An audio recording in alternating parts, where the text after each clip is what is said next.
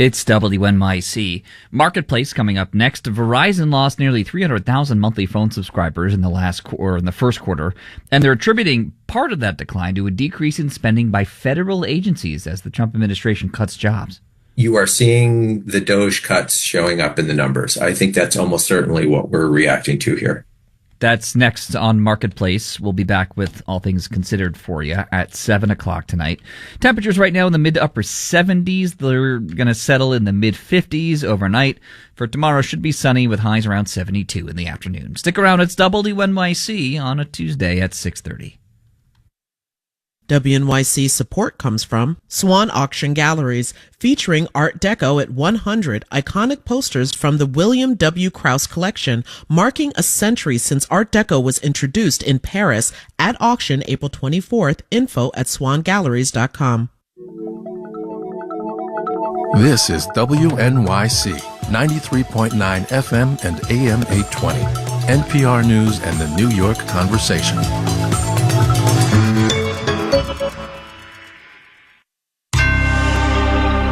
Marketplace is supported by Commvault. When companies face ransomware and outages, they can recover data and business in just minutes with Commvault. You know what words you never want to hear when somebody's talking about the global economy? Major negative shock to growth. Those are the words you never want to hear. From American Public Media, this is Marketplace.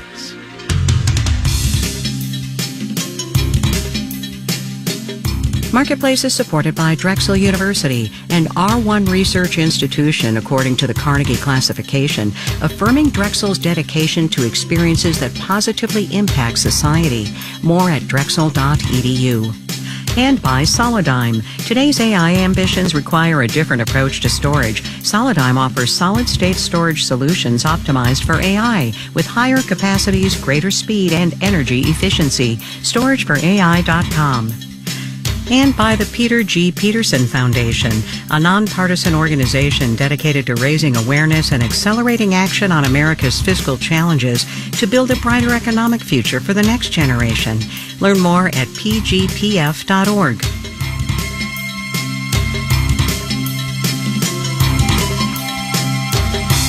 In Los Angeles, I'm Kai Rizdal. It is Tuesday today, the 22nd of April. Good as always to have you along, everybody. Those words in question, a major negative shock to growth, come to us courtesy of the International Monetary Fund, which released its semi-annual World Economic Outlook this morning. The shock in question, of course, is the tariffs on which President Trump is betting this economy. And what happens in the United States definitely does not stay in the United States. The IMF says the global economy is going to grow almost a full percentage point slower this year. 2.8% would be global growth, than it guessed just this past January. The tariffs, the IMF says, add complexity and fluidity. Those are their words to the current moment. So there is that. On the other hand, and from the Marketplace desk of that which cannot continue won't, Treasury Secretary Scott Bessent is being widely reported as having said to a private gathering of Wall Street types, speaking of the U.S.-China impasse, no one thinks the current status quo is sustainable, the Treasury Secretary is reported to have said, and he predicted de-escalation. Pudding. Proof will be in. Of course, tariffs aren't the only thing weighing on this economy. The Trump administration's rapid, unscheduled disassembly of the federal workforce is now showing up on corporate balance sheets. Verizon announced earnings this morning, and it said it lost 289,000 monthly phone subscribers in the first quarter. That is more than double the decline from the same period a year ago, and Verizon attributed the drop in part to a loss of business from the federal government. Marketplace's Stephanie Hughes has that one. If you don't have a government job, you don't have a government-issued phone. DOGE has had this impact, right? They have laid off a lot of government employees. They have canceled contracts. Roger Entner is with Recon Analytics, which counts Verizon as a customer. He says the federal government is a substantial client for the telecom, and since there are fewer government workers now, Verizon will feel the pinch. Along with other telecoms with federal contracts, he says. And it might not just be the federal government that's paring back. Craig Moffett, senior analyst and founder at the research firm Moffett-Nathanson, says if the stock market continues to falter and the economy slows, that could mean fewer new businesses and fewer new business telephone lines. Also, families could hold off on getting the kids' phones. So instead of getting a child a phone when they're 10 years old, they'll wait until the child is 11 or something like that. Moffitt's also watching to see how a tightening in immigration policy will affect the industry. He says if fewer people are allowed into the country or more are deported, it's inevitably going to have an impact on subscriptions. Moffitt says an immigration crackdown could also lead more customers to choose prepaid subscriptions as opposed to postpaid, which are billed at the end of each month. He says postpaid customers generally pay more, but they have to provide more information. If individuals are afraid to apply for postpaid service because they don't want to give their social security number, for example, they're more likely to use prepaid service that can be, to a much greater extent, anonymous. Despite these possible hits to subscription numbers, the telecom industry overall is fairly recession-proof, according to Recon Analytics' Roger Ettner. That's because Americans rely on good communications. All these telecom providers are super tankers. When they go in rough seas, they will be fine. He says there are other companies that get all their revenue from the federal government, like some consulting firms. He says they are not super tankers, and the waves hitting them are a lot bigger. I'm Stephanie Hughes for Marketplace. Wall Street today, traders chose to believe what the Treasury Secretary said over what the IMF said. We will have the details when we do the numbers.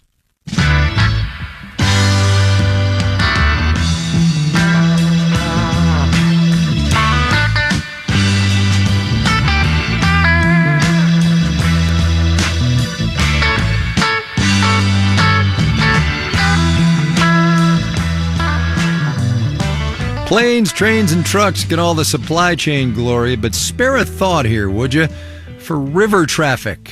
Humble barges, which the Maritime Administration says transport better than 600 million tons of cargo throughout this economy every year, rampant uncertainty or not. We know a guy who does river transport for a living. Austin Golding is the president and CEO of Golding Barge Line in Vicksburg, Mississippi. Austin, it's good to talk to you again.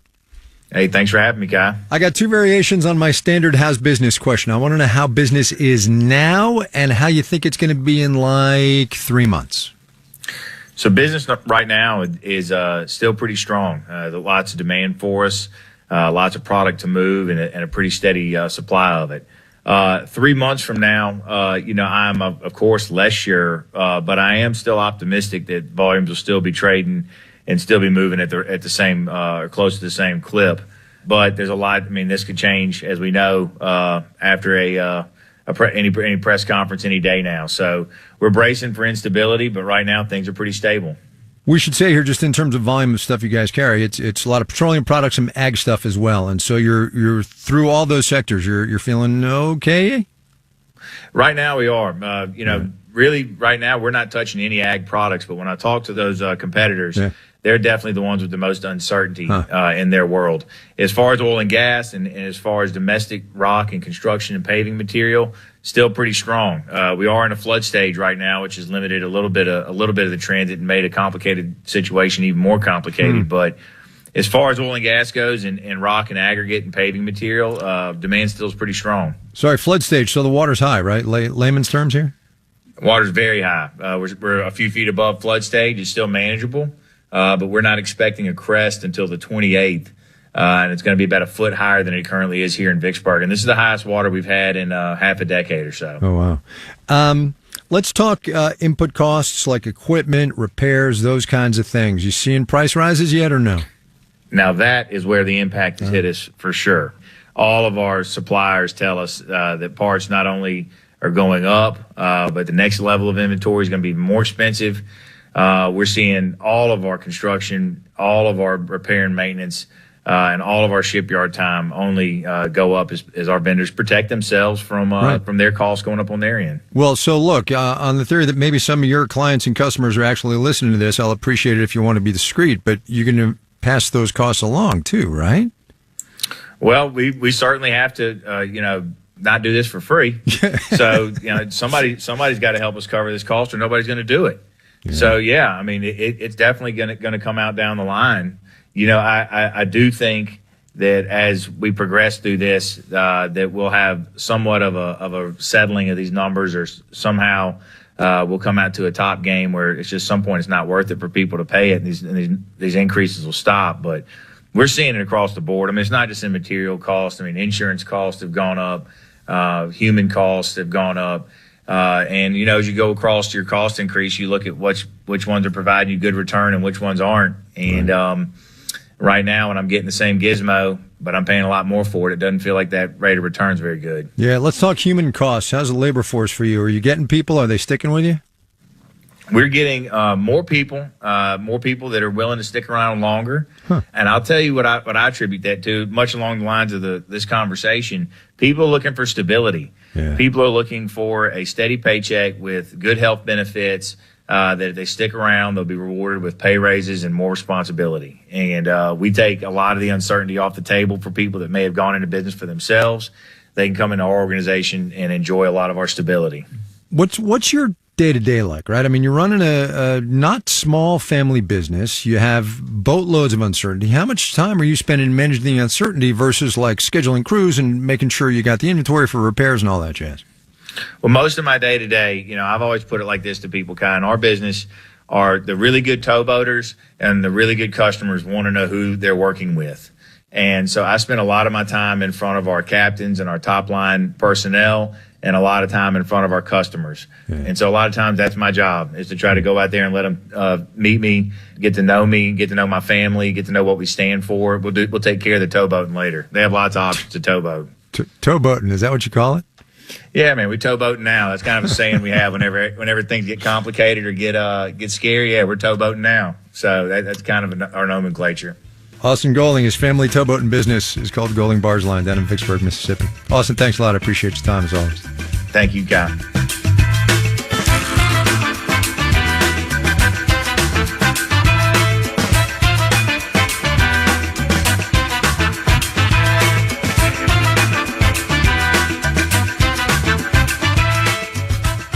Let's go back to the beginning of the year here for a second, if we could. And I do hear you and your 401k eagerly nodding yes to that.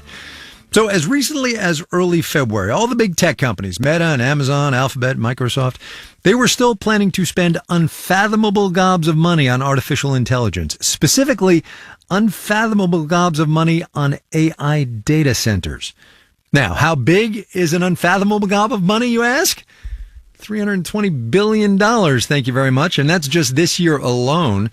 You fast forward to now, and all the uncertainty we're seeing that's touching just about every slice of this economy is touching AI data centers too. Marketplace's Matt Levin has the story. Back in 2023, Jeff Brown at the real estate investment firm T2 Capital Management invested in the construction of 4 Midwest data centers, 3 in Iowa, 1 in Illinois. These weren't data centers built specifically for AI, but they use a lot of the same materials that often come from overseas. I mean, on the outside, they're just concrete shells, right? And so even concrete, we import so much from Canada, even China.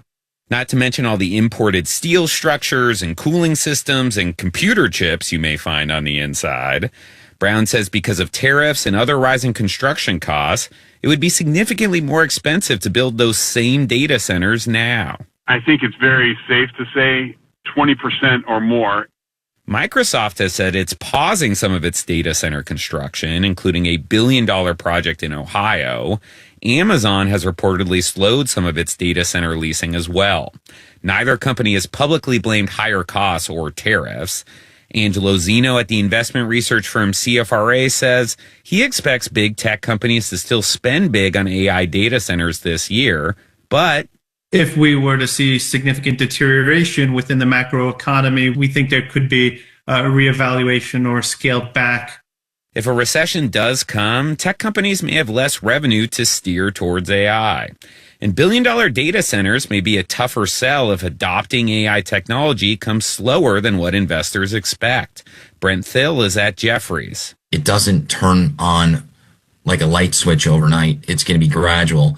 And companies are trying to figure out what AI projects they use. Thill says right now most non-tech companies are still in the experimental phase with AI, and they're dealing with their own uncertainties too. I'm Matt Levin for Marketplace.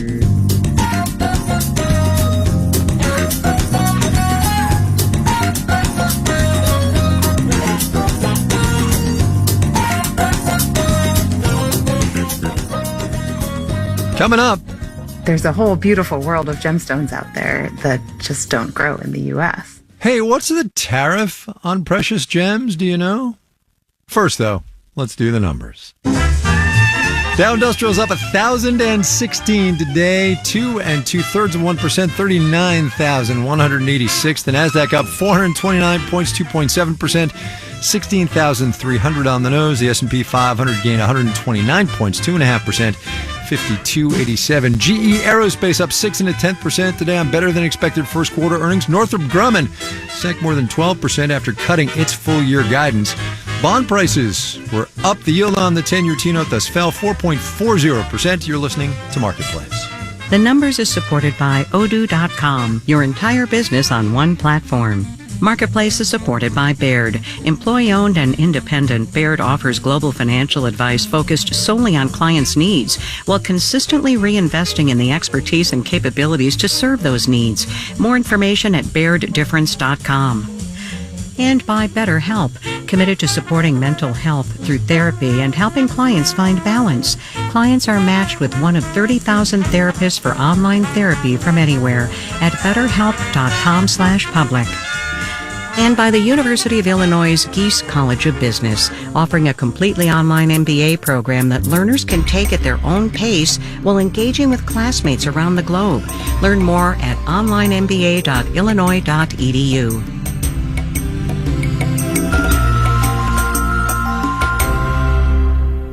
WNYC receives support from the Museum of Arts and Design, presenting Saya Woolfolk, Empathic Universe, an exhibition showcasing Saya Woolfolk's 2 decades of world-building installations. Tickets and info at madmuseum.org. Now playing. You know, you just gotta, do what you really gotta do. Sounds of the Jazz Loft.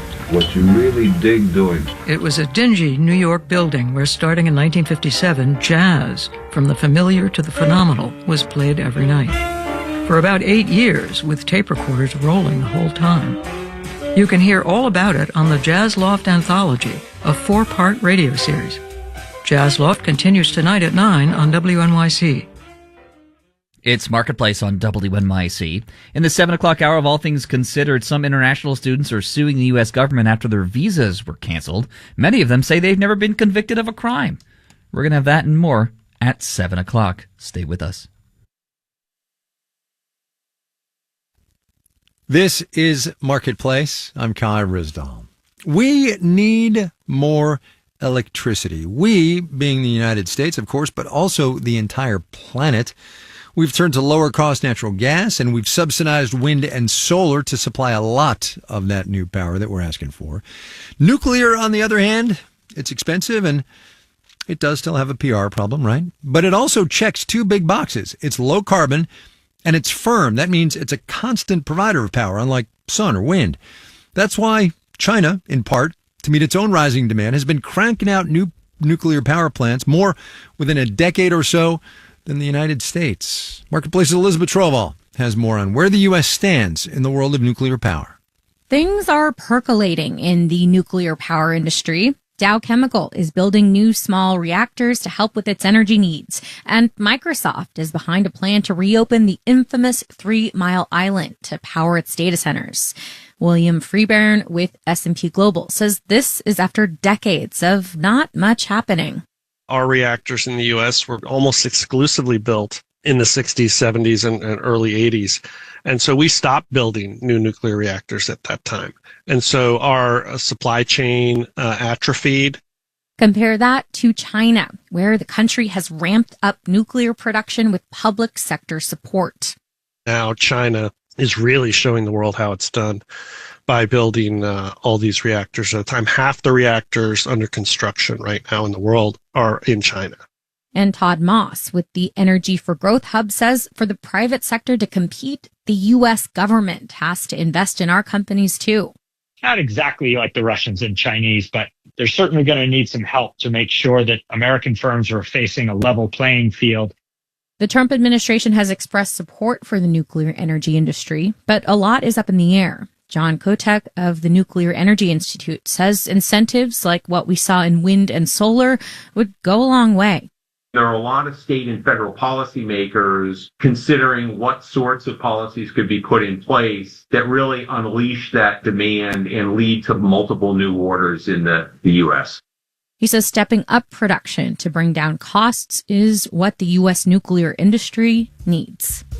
I'm Elizabeth Troval for Marketplace.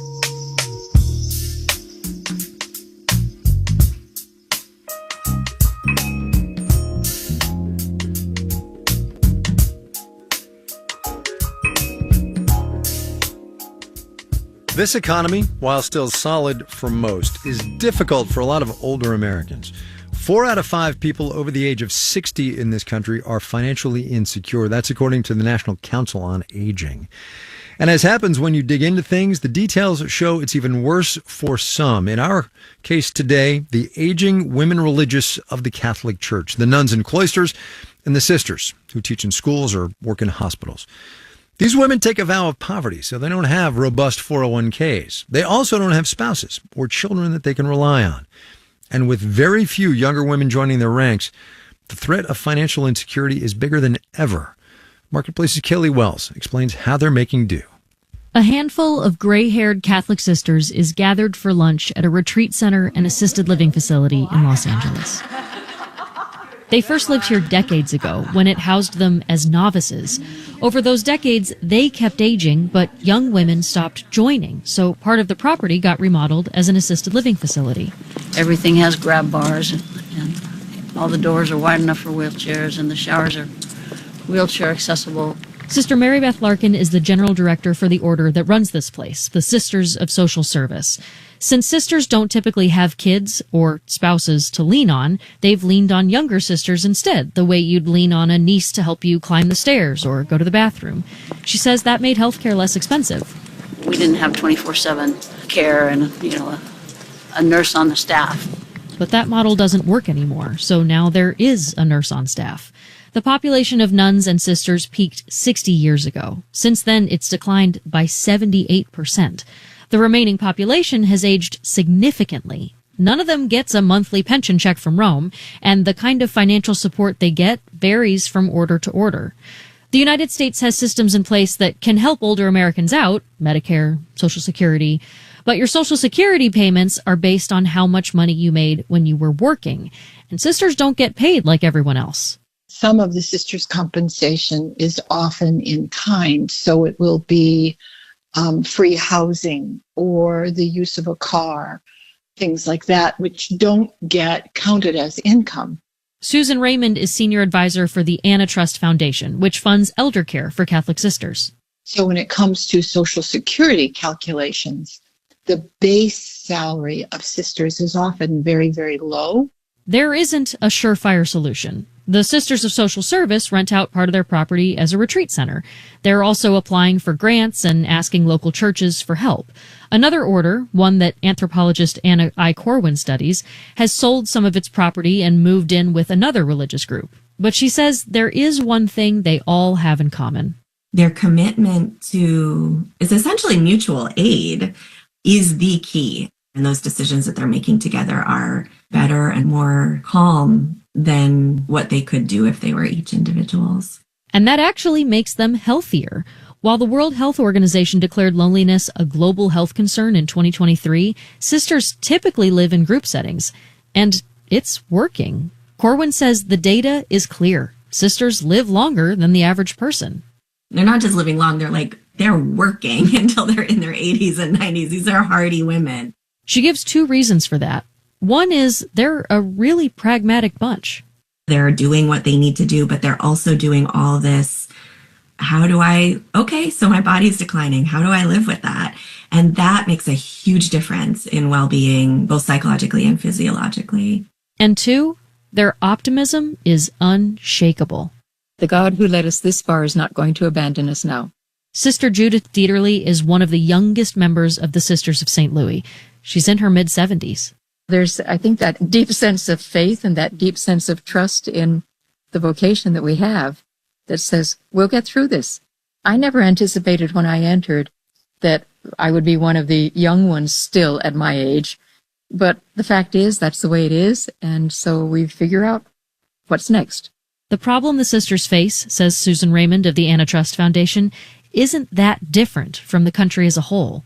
Fewer young people are paying into Social Security, while the population that gets benefits is growing.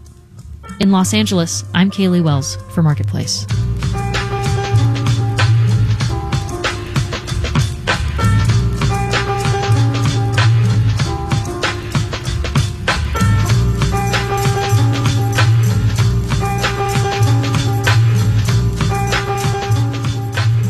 A turn now to precious metals and gemstones. Gold, which has been rising for weeks now, hit a new record high today, $3,506 an ounce at one point. And we know why. In times of economic uncertainty, investors put their money into the old reliables, and ain't nothing historically more reliable than gold. But for industries that rely on gold and other precious metals and gemstones from outside the United States, these times are especially rocky. Here's today's installment of our series, My Economy. My name is Isabel Dennis, and I'm a fine jeweler based in Oakland, California. And I'm the owner of Kima Jewelry. I love making fine jewelry. It is a very special thing for someone to buy. And often people come to me when they're in times of transition. So that's often a wedding. Sometimes it's a birth. Sometimes it's a funeral or a memorial piece. And sometimes someone just wants to give someone they love a really nice gift or buy a really nice gift for themselves. Business has been great at Kima, but there's been a lot of volatility in the last few weeks that have made for kind of an unpredictable business environment.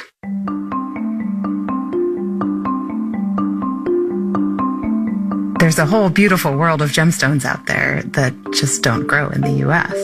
So when the tariff news came down, it really felt like a fundamental reordering of how we were going to have to do business, because they specifically hit very hard in countries that are big gemstone trading markets. So as the news whipsawed back and forth last week, I had bought pretty sizable orders of sapphires that are sitting in Sri Lanka, and they're being recut. And we expected them to come into the US with minimal tariffs. And then now it looks like maybe they'll be 10% more expensive, which is not great, but we'll figure it out. It just means that I take a smaller margin and that I wait and see. And I don't know how that's going to play out for me over the long term in my career, in terms of paying myself enough to continue to do this. But it feels like the right thing to do. As materials costs balloon the way they have in the last couple of weeks, like if my sapphire prices go up 44%, I can't continue to sell them at the prices that I was before. But I'm going to push that as far as I can because I am still pretty new and I really love what I do and I really want to keep doing it. And so I will make sure that the work is as available as possible to as many people as possible for as long as possible before I price things so high that it becomes unattainable. Isabel Dennis at Kima Jewelry in Oakland, California. You can tell us about your economy, how things are going at marketplace.org.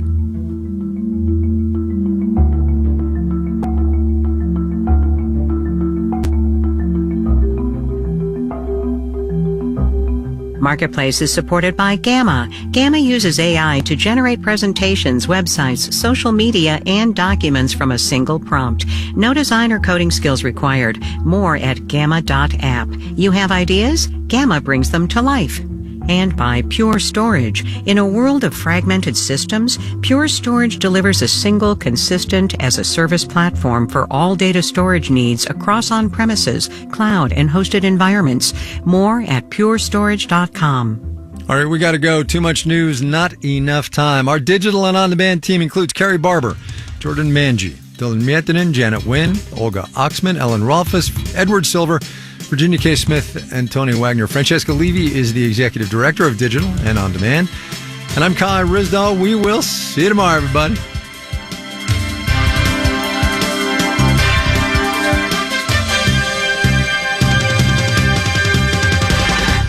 This is APM.